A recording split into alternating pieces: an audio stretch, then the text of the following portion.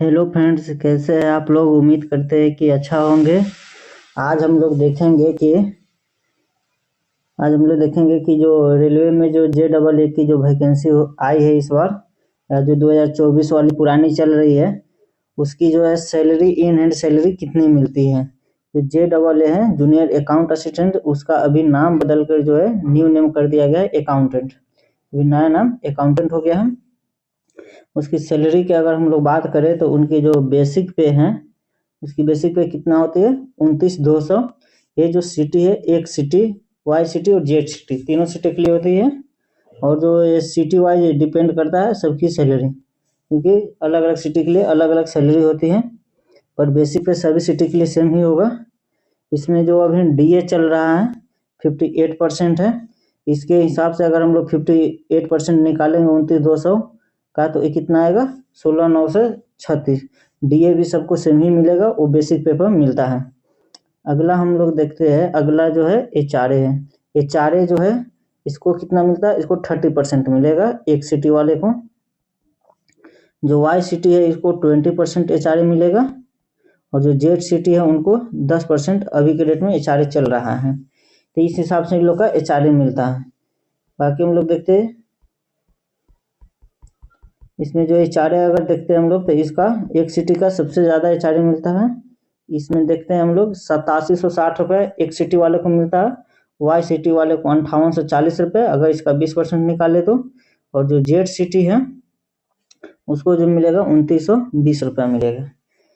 और जो TPA क्या होता है, ट्रांसपोर्टेशन अलाउंस, जो आपके रूम से जहाँ भी लिए वहाँ से ऑफिस जाने के लिए जो आपको ये दी जाती है TPA। ये कितना है आपका, ये TPA जो होता है एक सिटी के लिए जो होता है, वो होता है 3600 प्लस DA होता है। DA भी कितना चला 58%, 58%, 3600 का 58% निकालेंगे तो ये वाला अमाउंट आएगा। और जो वाई और जेड, ये जो दोनों के लिए होता है TPA के, ये दोनों वाई और जेड सिटी का जो TPA होता है वो कितना होता है 1800 ना होता है 1800 प्लस DA होता है, 1800 प्लस DA होता है। तो इसका कितना आएगा 2844, अभी 58% DA के हिसाब से। जो टोटल सैलरी होती है JEE के या जूनियर अकाउंट असिस्टेंट का है, इसकी जो टोटल सैलरी होती है वो कितना होता है, एक सिटी में जो होता है ग्रॉस सैलरी जो है 60,000 होता है। वाई सिटी में 54,820 आती है और जेड सिटी में 51,900। अब जो है कुछ डिडक्शन भी इसमें होता है। डिडक्शन में क्या क्या होता है, एक NPS होता है, new pension system. New pension system में क्या होता है कि जो आपका बेसिक पे प्लस DA दोनों जोड़कर जितना होता है उसका 10% आपका NPS में कट जाता है। कितना परसेंट, 10% जो है उसका कटकर NPS में चला जाता है। उसके बाद है आपका स्टेट टैक्स। अब जिस भी स्टेट में काम करते हैं वहाँ पे भी आपको क्या करना पड़ता है, टैक्स देना पड़ता है। वो जो होता है नॉर्मली जो होता है 208 रुपये देना पड़ता है, जो प्रोफेशनल टैक्स बोलते हैं इसको। जिस भी स्टेट में रहेंगे उस स्टेट का जो प्रोफेशनल टैक्स था 208 रुपया होता है। किसी स्टेट का अलग भी हो सकता है, पर मैक्सिमम का यही है 208 रुपये। इंश्योरेंस का जो है 30 रुपया कटता है। ये तीन चीज़ आपका कटेगा ही कटेगा, चाहे आप किसी भी स्टेट में काम करें, ये कटना ही है। ये तीनों मिलाकर टोटल आपका होता है 4851, जो कि सब में से डिडक्शन होगा। यहाँ पे जो है डिडक्शन सब में से होगा, तो नेट पे जो आपका बनेगा एक सिटी वाले को, वो बनेगा 55,733। वाई सिटी वाले को जो बनेगा 49,969। और जो जेड सिटी वाले को बनेगा वो बनेगा 47,049। ये जो आपका इन हैंड सैलरी होगा किसका, JEE की या अकाउंटेंट जो भी कहें हम लोग, इसकी सैलरी होगी। इसकी जो पोस्टिंग होती है, जो JEE की जो पोस्टिंग है, ये ज़्यादातर DRM ऑफिस में ही होता है। अभी बताएंगे हम लोग कि DRM ऑफिस क्या होता है, या वर्कशॉप में होता है, या कंस्ट्रक्शन ऑफिस में होता है। अभी हम लोग एक बार देख लेते हैं जो इसकी सैलरी ट्रेन मैनेजर के। उसके बाद हम लोग देखते हैं कि ट्रेन मैनेजर की जो सैलरी है सबसे ज़्यादा होती है, फिर भी लोग JEE के क्यों प्रीफर कर रहे हैं। एक बार हम लोग ट्रेन मैनेजर या गुड्स गार्ड की सैलरी देख लेते हैं। ये रही आपकी ट्रेन मैनेजर की सैलरी का। तो ट्रेन मैनेजर की जो सैलरी होती है वो बेसिक पे, ये भी लेवल 5 का ही जॉब है और JEE भी लेवल 5 का ही जॉब है। तो इसकी भी बेसिक पे उतना ही होगी, 29,200 और 29,200 एक सिटी में। अब होता है इनको किलोमीटर अलाउंस मिलता है, इस पर अभी थोड़ा देर में चर्चा करते हैं हम लोग। अभी देख लेते हैं डीओ भी सेम मिलेगी सबको, ये चारे सेम है, तीनों को सेम ही मिलेगा और टीपीए ये भी सेम ही मिलेगा, सारी चीज सेम होता है। जो ट्रेन मैनेजर की जो सैलरी में जो सबसे ज्यादा वृद्धि करती है वो होता है किलोमीटर अलाउंस। ये क्या होता है, ये जैसे कि आप कहीं से जाते हैं स्टेशन ए से लेकर स्टेशन बी तक ले गाड़ी पर ट्रेन लेकर, इस बीच में आपने जितना भी किलोमीटर तय किया है गाड़ी, मान लीजिए कि 100 किलोमीटर तय किया गाड़ी, इसमें आपको क्या मिलेगा 4.7 रुपये प्रति किलोमीटर के हिसाब से आपको अलग से पैसा दिया जाएगा, यानी कि प्रति 100 किलोमीटर के लिए आपको 470 रुपया अलग से दिया जाता है प्रति 100 किलोमीटर के। और मान लीजिए कि इसमें अगर आप लोग कोई भी है जो स्टाफ ड्यूटी करता है, यदि वो 100 किलोमीटर मिनिमम, नॉर्मली जो है कोई भी स्टाफ पर डे 200 किलोमीटर तो नॉर्मली हो ही जाता है इसमें ड्यूटी, तो 200 किलोमीटर में लगभग 900 रुपया हो जाता है। तो समझिए कि जो गुड्स गार्ड होता है उनका जो ये सैलरी के अलावे जो होता है लगभग पर डे 900 रुपया तो अलग से आता ही आता है। अगर 900 से हम लोग लेकर चले 30 दिन का तो कितना हो जाता है 27,000 हो जाता है, समझे 27,000, 30 में 900 27,000, मतलब लगभग 27,000 तो आएगा ही आएगा। इसलिए हम यहाँ पे जो हम लिए मिनिमम लिए 20,000 रुपया तो मिनिमम आएगा ही आएगा किसी भी महीने, इससे कम नहीं आएगा नॉर्मली किलोमीटर अलाउंस। तो जो मिनिमम सैलरी होगी इनकी वो कितना हो जाएगा, एक सिटी वाले के लिए 80,000 चला जाता है, वाई सिटी के लिए 74,000 चला जाता है, 74,820। और जो जेड सिटी है, जेड सिटी वाले का कितना हो जाता है 2920 HRA हो जाता है। इसमें जो क्या है अलाउंस में जो है 1 किलोमीटर अलाउंस मिलता है मिनिमम 20,000। लेकिन नॉर्मली क्या है कि आप अगर ज़्यादा कोई मेहनत करता है तो जो किलोमीटर अलाउंस है इसको लगभग 30,000 से 40,000 तक लेकर चला जाता है। इस बीच में क्या होता है कि इनकी जो सैलरी है 1 लाख पार कर जाती है, कितनी हो जाएगी 1 लाख प्लस हो जाती है सैलरी अगर थोड़ा सा मेहनत है। इसके अलावा जो किलोमीटर अलाउंस के अलावा भी इन लोग को अलग अलग कुछ अलाउंस मिलती है, जैसे कि ओटी मिलता है, ओवर टाइम अलाउंस ओटी मिलता है, और एनडीए मिलता है, नाइट ड्यूटी अलाउंस भी मिलता है इन लोगों के, आरएच अलाउंस मिलता है, रिस्ट्रिक्टेड हॉलीडे नहीं, आरएच नहीं हॉलीडे अलाउंस मिलता है, क्या मिलता है हॉलीडे अलाउंस भी मिलता है। ये सारे चीज़ मिला के इनकी जो लगभग सैलरी होती है नॉर्मली जब आपको ट्रेनिंग से निकलते हैं उसके बाद से, जैसे आप ट्रेन में चढ़ जाते हैं और ट्रेन में आपकी ड्यूटी लग जाती है, उसके बाद से जो इनकी सैलरी होगी मिनिमम सैलरी जो होगी 80,000 तो आएगा ही आएगा, अगर आप कम मेहनत करते हैं या नहीं के बराबर आपको अगर वर्क करना पड़ रहा है। अगर कोई थोड़ा सा ज़्यादा भी मेहनत कर देता है तो लगभग इनकी जो सैलरी होगी कितनी होगी 1 लाख प्लस ही होगी इनकी सैलरी, 1 लाख प्लस ही सैलरी होती है इनकी जो होती है फर्स्ट सैलरी। जबकि ये भी लेवल 5 का ही जॉब था, अभी पीछे जो हम लोग देखा है JEE की, ये भी लेवल 5 का ही जॉब है।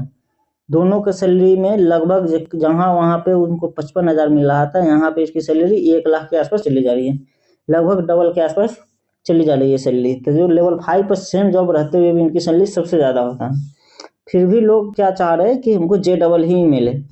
क्यों ऐसा क्यों है कि लोग JEE को सबसे ज़्यादा प्रीफर कर रहे हैं ट्रेन मैनेजर को नहीं, जबकि सबसे ज़्यादा सैलरी ट्रेन मैनेजर में। इसकी जो मेन वजह है वो है वर्क प्रोफाइल, और इसकी जो मेन वजह क्या है वर्क प्रोफाइल क्या है, दोनों में बहुत अंतर है।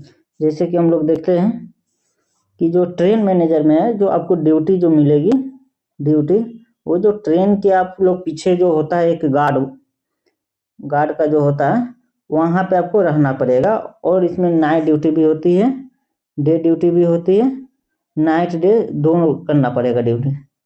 और आपको कभी भी बुलाया जा सकता है, 2 बजे रात को भी बुला सकते हैं ये लोग ड्यूटी पर, 1 बजे रात को भी बुला सकता है। तो इसमें ड्यूटी का कोई फिक्सेशन नहीं रहता है, किसी भी टाइम आपको बुलाया जा सकता है। फैमिली लाइफ थोड़ा स्टेबल नहीं होता है इसमें, इसलिए लोग इसको सैलरी ज़्यादा रहते हुए भी नहीं लेना चाहते हैं। हालांकि इसमें सैलरी ज़्यादा है लेकिन लाइफ स्टाइल जो है सही नहीं रहने की वजह से ऐसा है।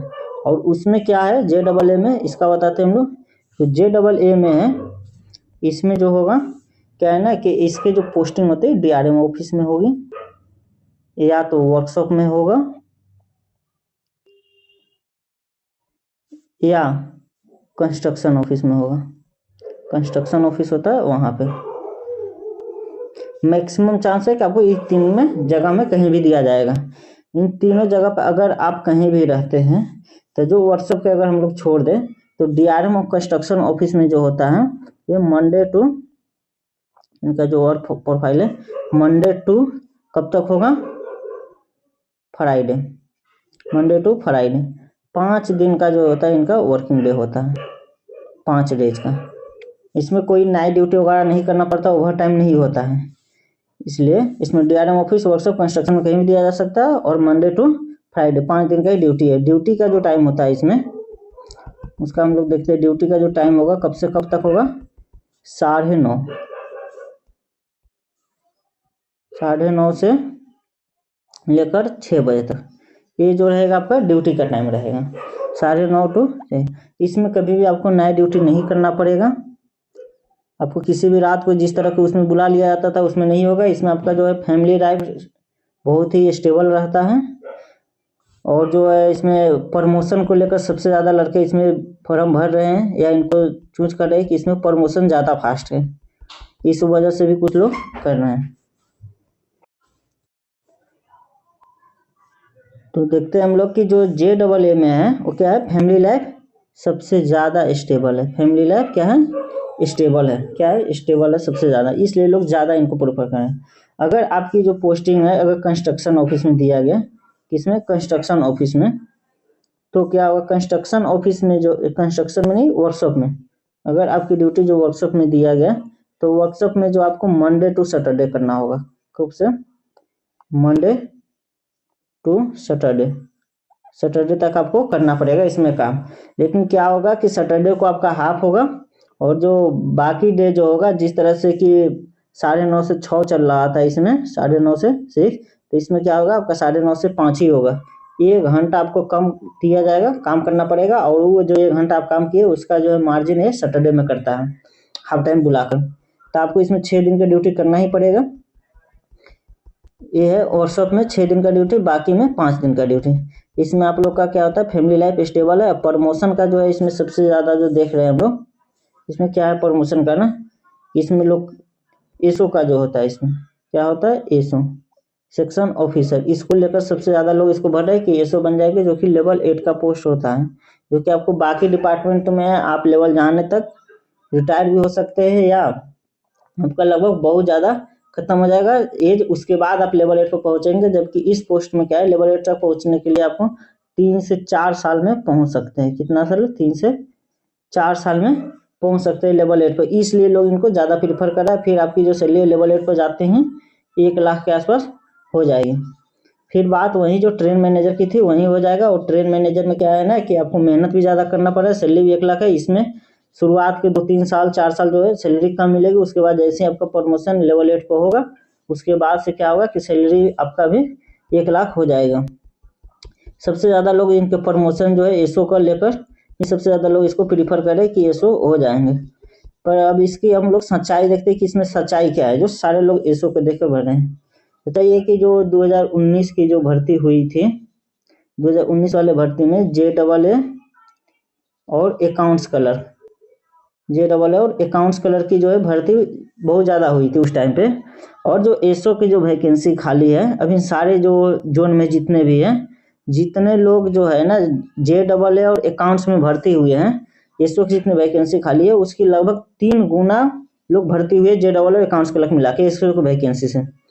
तो होगा क्या कि जैसे ही लोग JEE और अकाउंट्स की जो क्लर्क की जैसे ही 3 साल पूरेगा सर्विस पीरियड, ऐसे ही लोग एलिजिबल होंगे एसओ के एग्जाम के लिए। वैसे एग्जाम देके लोग क्या करेंगे, सारे एसओ के जो है सीट फुल हो जाएंगे। अभी सारे के सारे क्या होगा, एसओ के सीट फुल हो जाएंगे। जो 2024 के बैच के जो लड़के होंगे या जो 2025 के बैच के जो JEE होंगे उनको प्रमोशन में दिक्कत होगी। हाँ, फैमिली लाइफ स्टेबल रहेगा, पर प्रमोशन के लेकर आप लोग इस पोस्ट को 1 नंबर पर प्रेफरेंस के रूप में अगर आप लोग दे रहे हैं तो गलत है, क्योंकि प्रमोशन में आप लोग को दिक्कत होगी। क्योंकि पहले से ही बहुत ज़्यादा लड़के भर्ती 2019 में ही हो चुके हैं।